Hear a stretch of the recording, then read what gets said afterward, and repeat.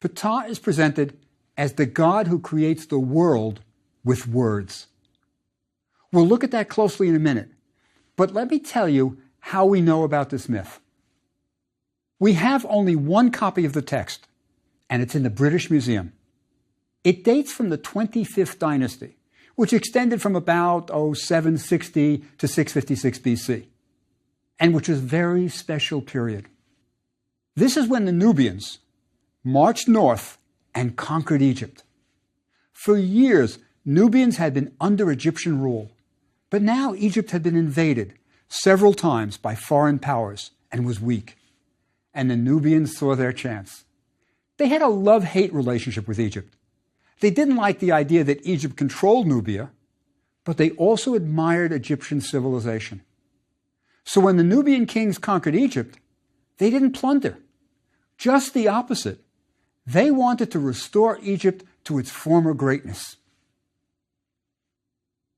They built their own temples to honor Amun, Egypt's most powerful god during this period, and even copied old religious texts to preserve them. One of these ancient texts relates to the god Ptah and is called the Shabaka stone, after the Nubian king who had it copied. Today, it's in the British Museum, and it doesn't look like much, so everyone walks by it.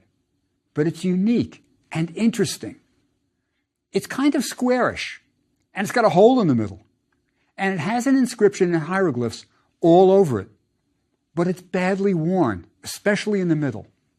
Originally, it was a round-top stela that Shabaka erected. But in the 19th century, some Egyptian farmers found it and recut it to use as a grindstone. So this stone was being used as a grindstone for decades. That's why there are those radiating lines on the stone, for the grain to slide out. That's why it's so worn. And that's unfortunate, because this is a unique text. But there's just enough to make out what it's about.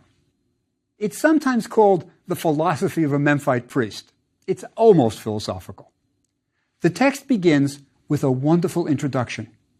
Shabaka says, "I found the writings of the ancients damaged, and I restored it better than it was." Now, what exactly does that mean? One possibility is that the old text was damaged and it had gaps, and Shabaka filled in the gaps. This is certainly possible. But I've always wondered, what was the original text written on? My bet is papyrus. So when Shabaka says he made it better, he could also mean that he's taking something that was written on papyrus and is carving it on stone. So when Shabaka is restoring an ancient text, he's probably copying a damaged papyrus. Shabaka viewed this text as his heritage, and he restored it by carving it in stone, erecting it in front of a temple. This is a pious deed, and Shabaka is remembered for it. Very few Egyptian kings are mentioned in the Bible, but the Nubian kings are referred to as the pious Ethiopian kings. Shabaka's restoration of a religious text is a pious act. Ptah was the chief god of Memphis, one of Egypt's oldest cities.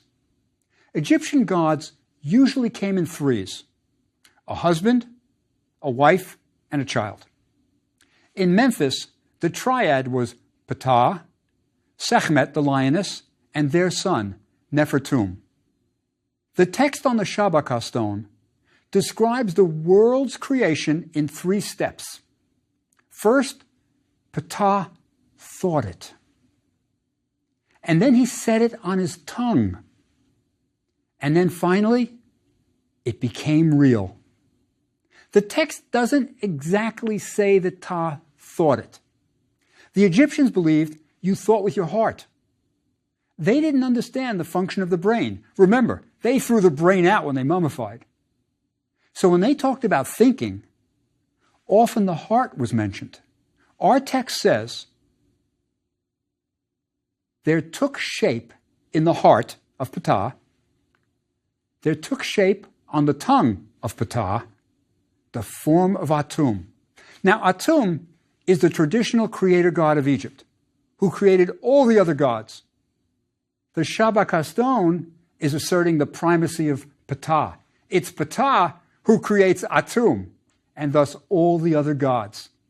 Later, the text says, Ptah, the very great one, gives life to the gods and their cause through his heart and tongue.